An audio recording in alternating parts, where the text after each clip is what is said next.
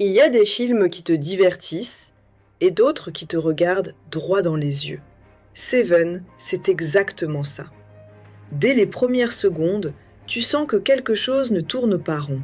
Cette pluie constante, cette ville étouffante, ce silence lourd entre deux dialogues. Tout te prépare sans que tu le comprennes encore. Et puis, il y a cette idée, simple en apparence, terrifiante dans son exécution. Un homme qui décide de punir le monde en utilisant les 7 péchés capitaux. Il ne le fait pas au hasard, ni dans la colère, mais avec une logique froide, presque implacable. Et c'est là que le piège se referme, parce que tu ne regardes plus seulement une enquête, tu observes une démonstration sur la nature humaine, sur nos failles, sur ce qu'on tolère, jusqu'au jour où quelqu'un décide de nous le faire payer. Dans une ville anonyme, sale, presque sans identité, deux hommes se rencontrent. D'un côté, Somerset, un inspecteur en fin de carrière, incarné par Morgan Freeman. Fatigué, lucide, désabusé.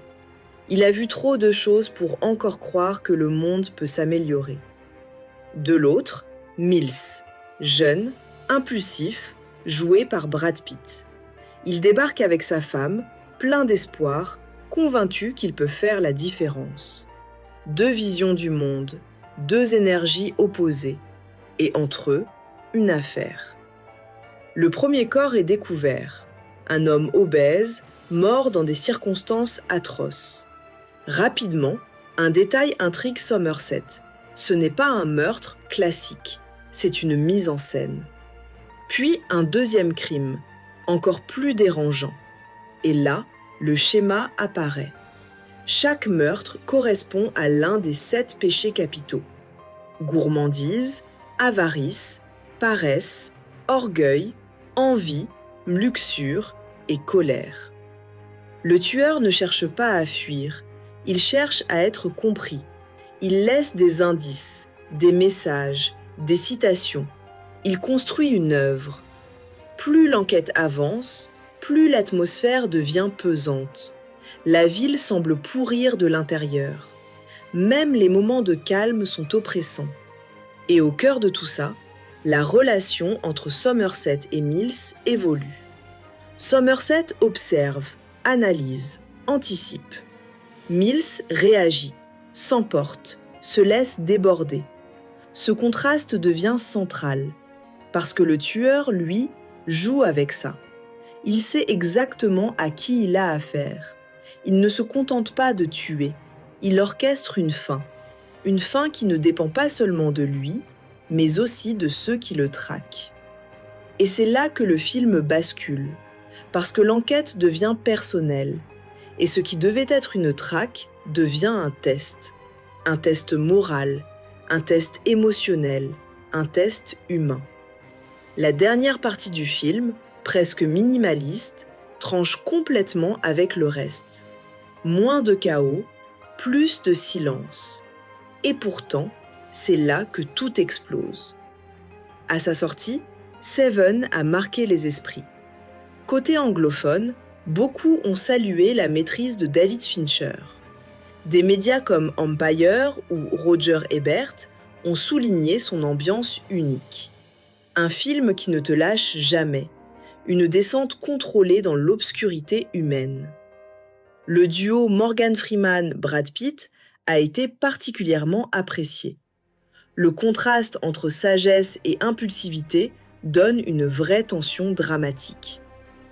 Mais ce qui revient le plus souvent, c'est la fin.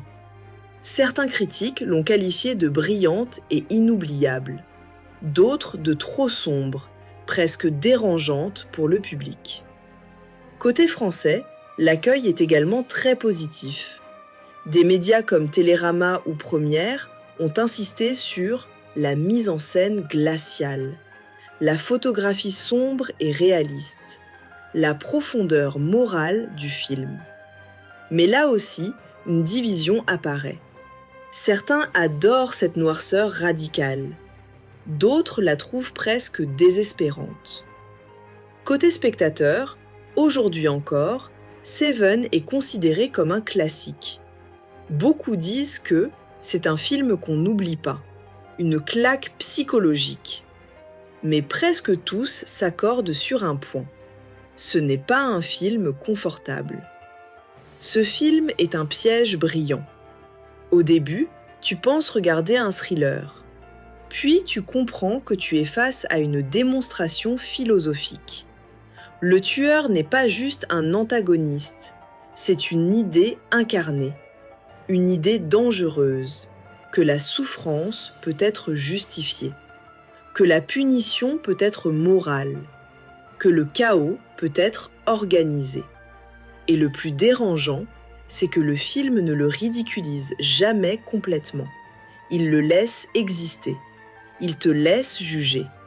Et c'est là toute la force de Seven. Parce qu'il ne te donne pas de réponse. Il te laisse avec des questions.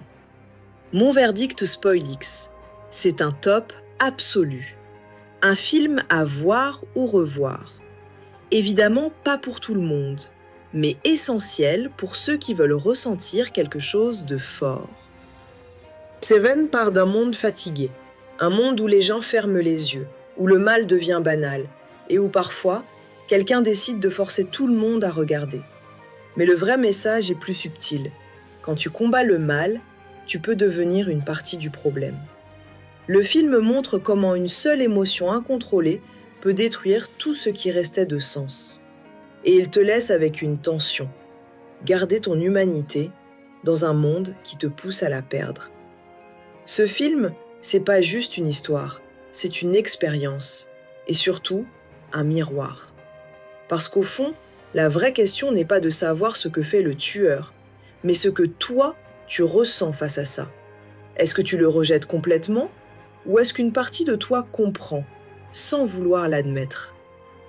Et toi, si tu étais à la place de Mills, tu aurais réagi différemment? C'est ça qui rend Seven aussi puissant. Il ne te donne pas une réponse confortable. Il t'oblige à te positionner. Alors dis-moi, est-ce que pour toi, ce film est une œuvre de génie ou une vision trop sombre du monde? Et surtout, est-ce que la fin t'a brisé ou a réveillé quelque chose en toi? On en parle dans les commentaires. Le débat est ouvert, j'ai hâte de te lire. Et si tu aimes les films et séries qui te laissent plus de questions que de réponses, bienvenue dans mon univers. Clique sur le prochain épisode SpoilX, parce qu'ici, on ne regarde pas juste pour regarder, on résume, on critique, on tranche. À très vite sur SpoilX Movies.